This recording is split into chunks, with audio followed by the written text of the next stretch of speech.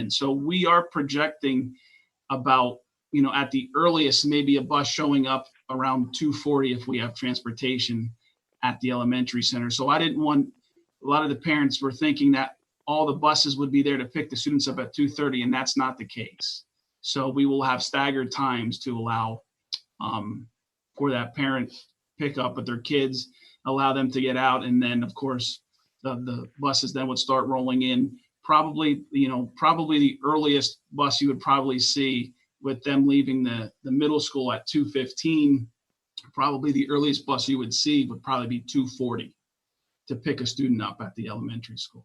So some of those buses a lot of those buses will still almost be on their same route that they were for last year. They may be a couple minutes earlier, depending on what we end up with. But I wanted to, to share that information and get that information out if that makes sense. Is there any questions from the committee regarding those times or the face coverings at this point? Not for me. Nothing for me either. Okay. Nope. Okay. As part of the safety plan too, as you can imagine, there is a lot of increased need for protective, PPE equipped protective gear, masks, gloves, hand sanitizer, et cetera. So we are in the process. There was grants that have been allocated and we have applied for many of them. I should say we applied for all that we're eligible for to help offset some of the costs of this additional need for cleaner that will be required for the school district. So I just wanted, again, to update the board and the finance committee that, as far as grants and applying for grants, anything that we are eligible for at this time, we are applying for. And there's also federal grants that we're with Carbon County that we're giving them information. And if funding becomes available, through the federal, through the county, we may be also eligible for part of the financial recovery that they're being offered at the county and federal level as well. Any questions from the group for that part? Also, I wanted the transportation update.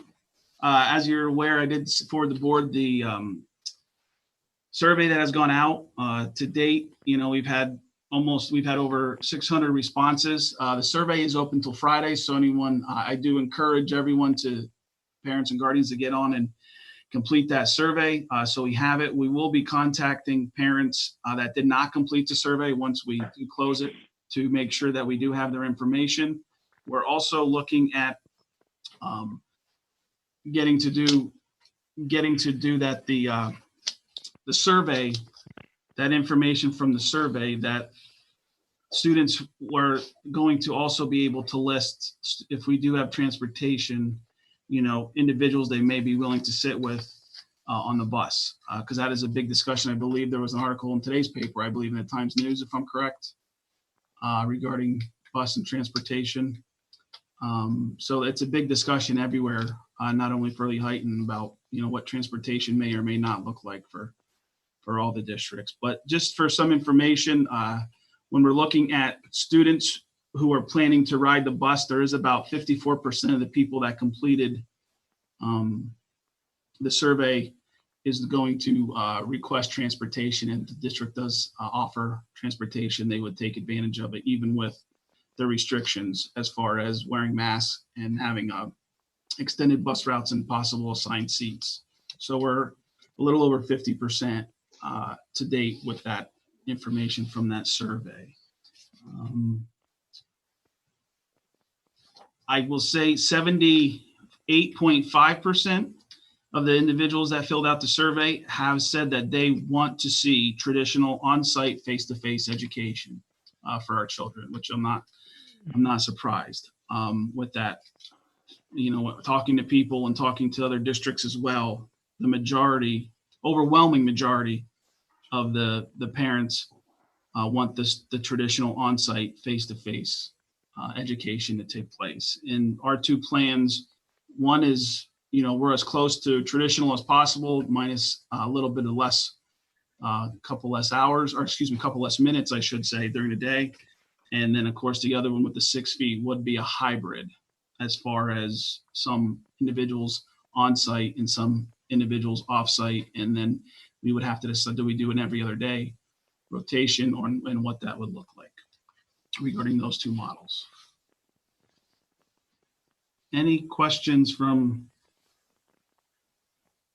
the group regarding those two updates?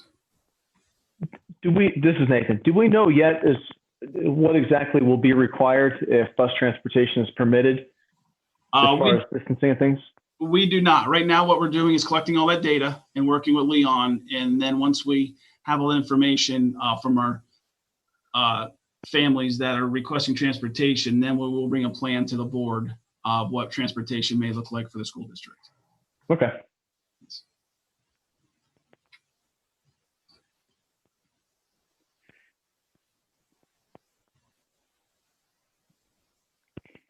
From the results of the survey that went out, does it seem like more parents would plan to drive their students than in a normal year, or has it been about the same? I would say no, more parents plan to drive, because we did put that on there. About 80%, actually 75.9, drove their students to and from school last year.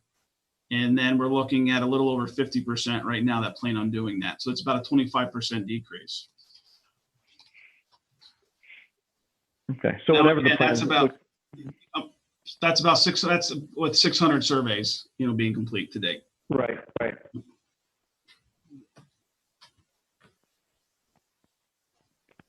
So whatever the plan looks like, it'll be impacted also by the lower number of students that need to be transported. Well, exactly. Yes, because we're working with Leon that if to allow for to maximize capacity on the buses, like I said, in the runs in some different locations. So we're going to try and make it as efficient as possible, cost efficient as possible. And right.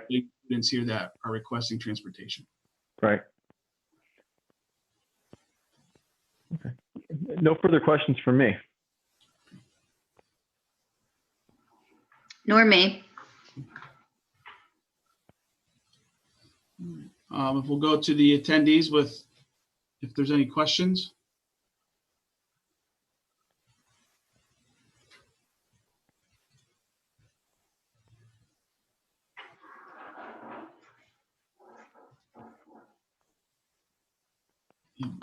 Ms. Salerno?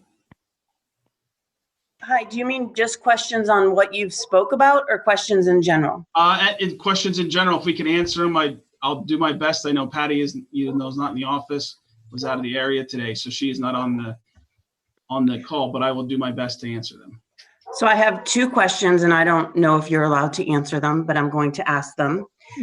When somebody does a right to know, does that cost the district money? Absolutely. They do a right to know, and the person is responsible to complete that right to know request. So of course that person is, responsible to complete that request. Also, when that request is filed, I can tell you currently as a district, we have several open appeals with right to knows, and they cost the district because they go to our school solicitor, and we have to respond to every one of them. And our cost for the month of June was approximately $4,000. And the majority of that was dealing with right to know requests and appeals. Okay, my second question is, can the public find out how much both citizen Dave Bradley and school board member Dave Bradley has cost the district with right to knows and all these lawsuits he's filing? We would be able to get that information if that is requested through a right to know, of course. And then what we would do is our school solicitor, because of the cost for them, we actually have asked them to line item them out in the cost for what it actually is directly related to those type of items with right to knows. And many of the appeals lately have been dealing with, with us being in the situation with COVID, where of course the offices were closed for the majority of that period. Our right to know officer is overwhelmed with requests from right to knows, and some of those appeals were filed because they felt the timing was off. Okay, so as a parent in the district, I do want to know this information, but I feel guilty filling out a right to know, knowing that it costs the district money. Can you tell us how much a right to know is? So if I don't know if it's like $50, I don't know if it's $100. It would depend on if it's just the right to know. Some of it may just be time. Many of them are answered, pretty quickly. That something like that may have to be, we would research it and see, the cost for right to knows, because they, like I said, they are actually our bills for the solicitor are broken down to know if it's from a right to know request and by whom that right to know request is. So to answer your question, the cost really is driven when the appeals are put in place for whatever reason it may be. Okay. And then if I do ask this question and somebody has already asked it, will somebody get back to me and say, like, I don't want the same right to know going through 2, 3, 4, 5, 10, 20 times? Yes, if you filled out a right to know request on what that cost would be, we would be able to collect that information and give it to you. Okay, thank you.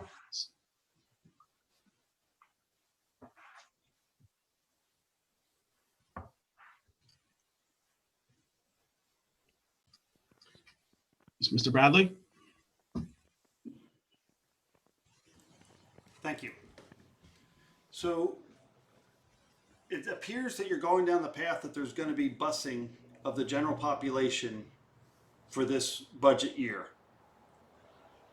Did someone change the budget amount? Because last we saw in the transportation column, there was not enough funding placed in there for transportation. No, at this point, this is just to bring a plan back to the school board. If they would want us to offer transportation, we want to get the exact number, the students that would be transported, and exactly what that cost would be. So this is just gathering information to bring a plan back to the board. At this point, you are correct, Mr. Bradley. There is no transportation in the budget. And who took the transportation out of the budget? It was approved as part of the final budget. I understand. My proposal left it in. I know Joy and Gail and Richard also felt that it should be left in. So the question is, which director, or was this an administration-based decision to pull it from the budget? Again, Mr. Bradley, as I said, the budget did not include transportation. Okay, let me try to answer this. Let me try to ask this question of the directors, because obviously you didn't answer that question, but let's try this on for size. Larry, Rita, and Nathan have all said that staff and benefits are fixed to the current contract. Yet, when you look at the year end of 2019, the 2019 final budget, the preliminary budget that was done in January, the proposed budget that was done in May, and now the final budget that was adopted, those numbers varied as much as $1 million depending on when the budget was proposed, right? So since it's under contract, the only changes could be made were a function of expanding or retracting the staff. So really, under what lawful authority did this government agency decide to make these staff changes? When did they take place? And prior to these official actions, when did this government provide a reasonable opportunity for us as citizens to comment prior to those board authorized decisions for changes in staff? Because I mean, the last finance committee meeting, when I was looking at the information, you guys, or changes to staffs were significant. So Rita or Nathan, can you please identify who made those staff changes?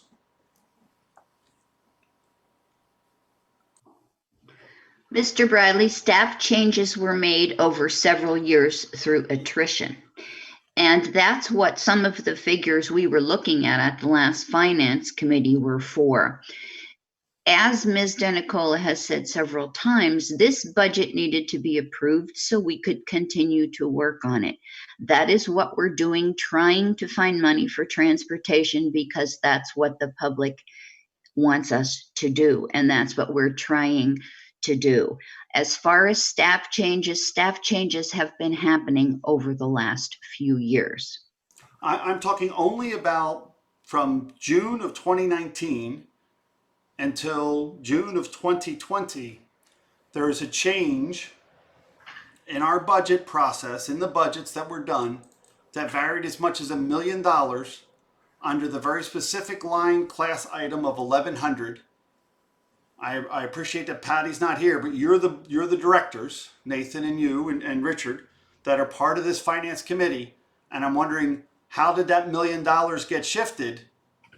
And how was it defunding the transportation? And whose decision was it to defund transportation? Was it yours, Rita? Because obviously, like you said, the people have voiced their opinion. And prior to making any decision by government, the people were supposed to have an opportunity to voice that decision. I think they got hoodwinked. And the fact that you're looking for money is notable, but we still have to follow Pennsylvania school code, which says that your budget's locked for 3 months.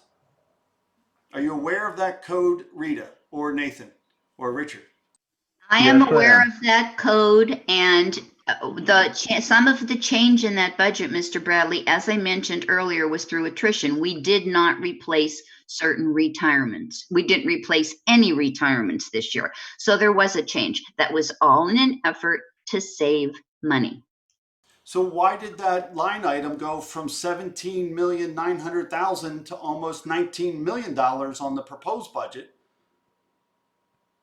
If you didn't replace staff, why would that budget escalate over $1 million from the And end of the you year? also are aware and have been aware for many months that the auditors had to make changes because certain things were not accounted for properly in the correct places. You've known this for a long time. I'm talking about the AFR, which was audited, and your proposed budget, which was presented to your board, and you guys signed it. So I know I found discrepancies in it. And I thought, you guys are off your rocker, in my opinion, for taking out transportation, something that's 70 times, not 70%, 70 times safer for these kids. So I think that you got caught rubber stamping something without actually looking at it. Now, that's here nor there. The reality is the budget went from 17.9 under 1100 series, right, that class, at the end of the year, actual audited functioning dollars, to a proposed budget of over $19 million signed and authorized by Mr. Stern and the 5 on the board.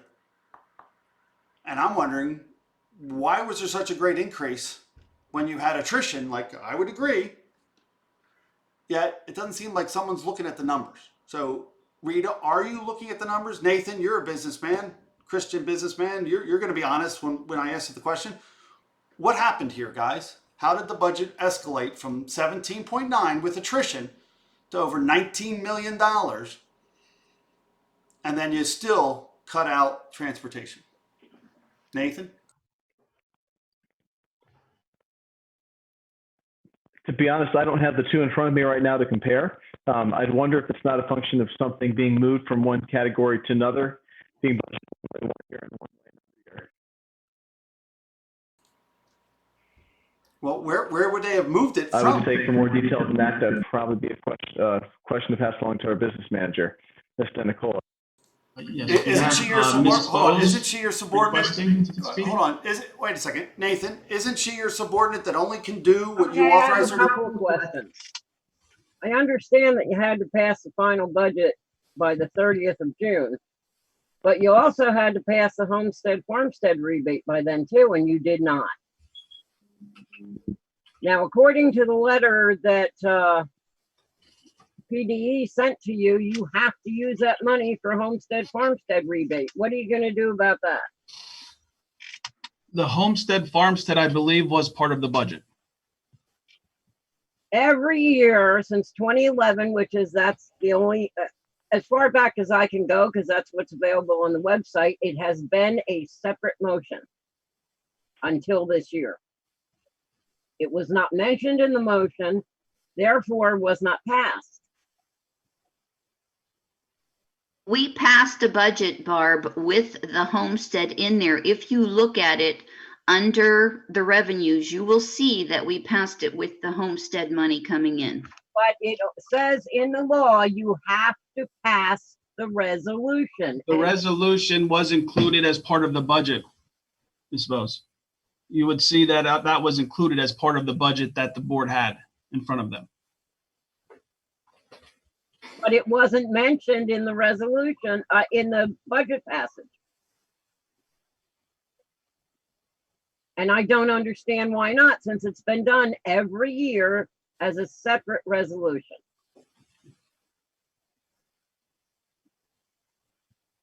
And that is required by the law, by PDE, that you pass a resolution for the homestead farmstead rebate. You did not pass that particular resolution. You only passed the budget. So why was it done in prior years as a separate motion and not done this year as a separate motion?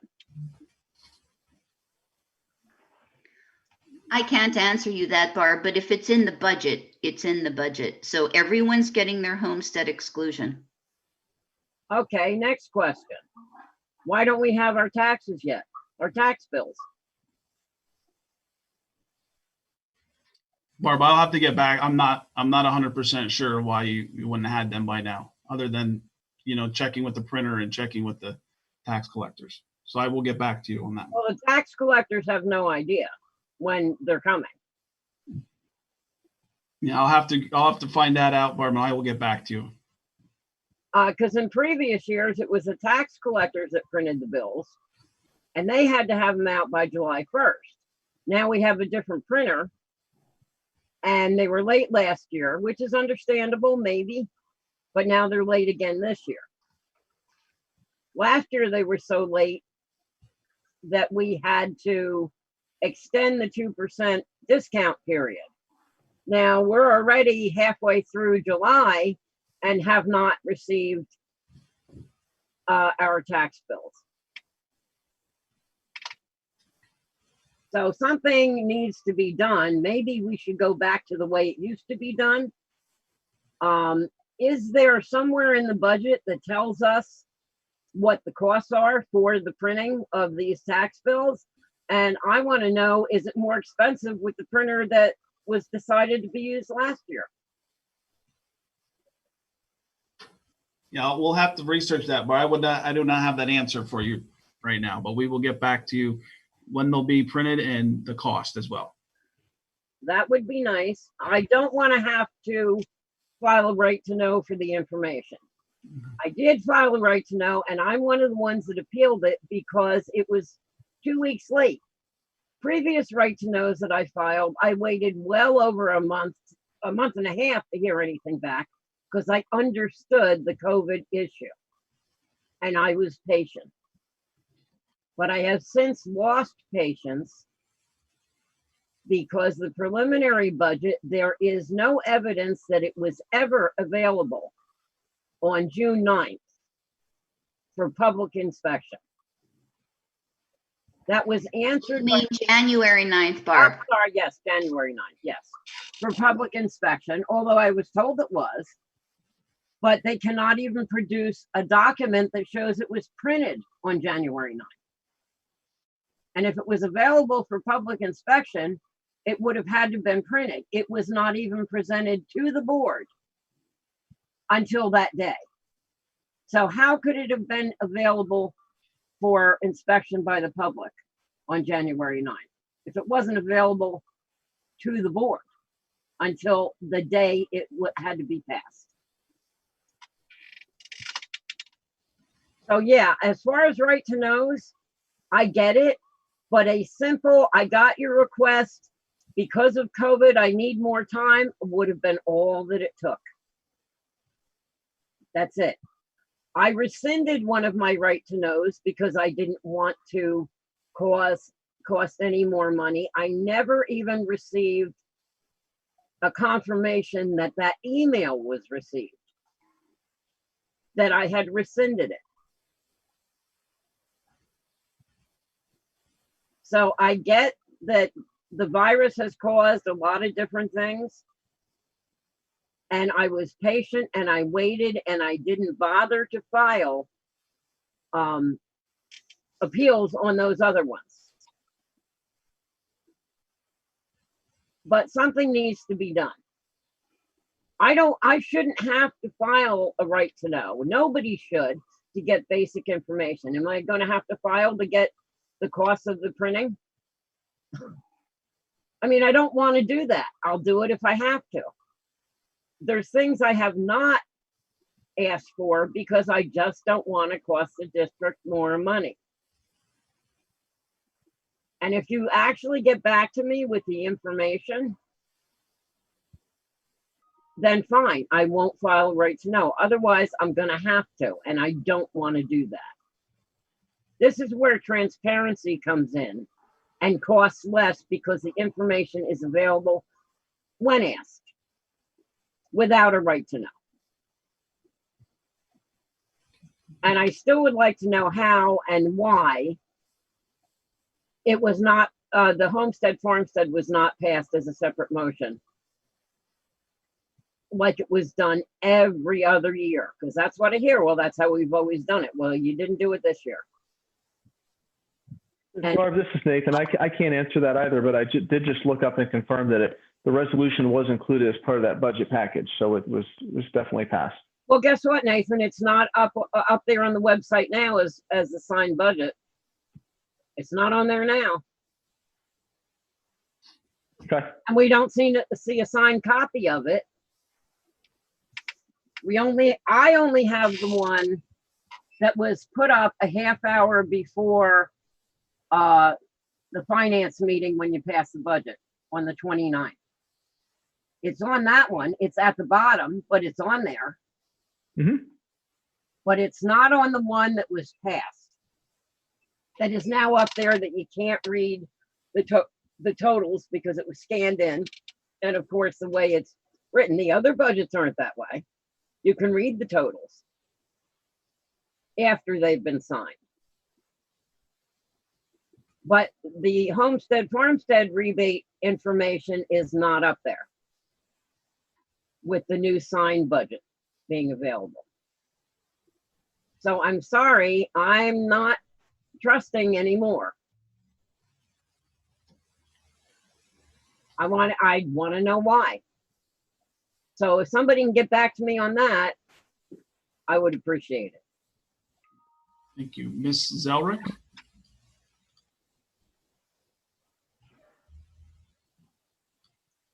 Ms. Zelrick? Yes, I'm here. Can you hear me? Yes. Okay. My question is, we're working on all these plans. Is there any plan that's being worked on should school not be able to safely open in the fall? I mean, we've all seen the reports. The group of principals out in California are all quarantined because they all caught COVID for an in-person meeting to reopen schools. And the YMCA camp down in Georgia, so many kids got it, even following the CDC strict guidelines. That's actually in the CDC is in Georgia. So do we have a plan that we're working on? Should this not happen for the fall? Yes, that is also, well, part of our two plans is in the event that we're not in person and we are at home. So those plans are both embedded in those other plans as well. I did send out a thing with a notice with the sample for the elementary level. And we're also looking at Zoom lessons for the middle school and high school to where students, for example, if your child had 8 o'clock math class during the face-to-face, and for some reason we were not able to return back to school if we had an outbreak and everyone was home, we would still keep that same schedule to where those teachers would be teaching the lesson as if the students were in the classroom. So those plans are embedded within those other two, and I should have mentioned that before, and I apologize. Okay, now, is there is part of these plans the possibility of, okay, we can't open in the fall, but sometime during the year the school could open? Is that part of these plans? The plans being developed that, for example, if we start on site on Friday and we're on site and we get called that Friday at 3:30 that we have to shut the schools down because of an outbreak, the plan is in place. So starting on Monday, the students may be at home. However, they'll still be getting education from their teachers via the computer. And we may have a little bit of delay of getting students that don't have computer access at home and get that squared away. But our plan is to be set up to where in the event we have to shut down, we could still go right to that remote learning. And also in the event that we start in remote learning and we could show up on a Friday, we get a notice that we could come back to school that Monday, that we would be able to come back Monday and be ready to go. Okay, thank you.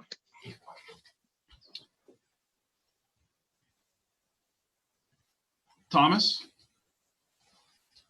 Yes, can you hear me? Yes. Yeah. Yes, just a question about busing, which is something we're really concerned about.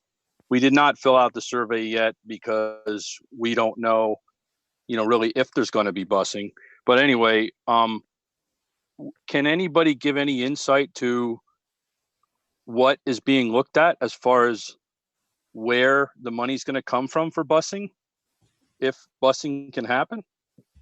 If we are looking at bringing busing back, the board will have to decide, how will that be, be paid for? Will we have to move line items from other areas within the budget to help offset that? Is there additional revenue that may be brought in or generated to help with that? That'll all need to be part of the plan, because the plan is the part to say this is how much it costs, and then the other piece of that is going to be, okay, where is this money coming from to fund transportation at this amount is what we're recommending. Okay, yeah, because it's just something I was wondering about. It doesn't seem like, it seems like we're, I don't know what, 800,000 away from it roughly. I don't know what that would take or what you guys would be able to come up with to make that happen. But I don't know, I guess, should we fill out the survey as if we're coming back please. to school? Yeah. Or we have to, that survey is very important for us, because if the people that don't fill it out, we will actually be calling them to fill it out. It's very important to fill out that survey, because that's going to also help our bus contractor be able to work, with different routes and different things, depending on who needs it, to help minimize maybe the amount of routes that we need, because we do have some buses that are only filled with 15 and 16 students on them. Wow. Okay. All right. Yeah, that's all I was wondering. Like, hopefully during this whole process, we have, people looking at, where the money can come from, because it's a pretty big deal. I think everybody realizes it now, but all right, thanks for the information. Yes, thank you. At this point, everyone that has wished to make comment has had an opportunity to comment.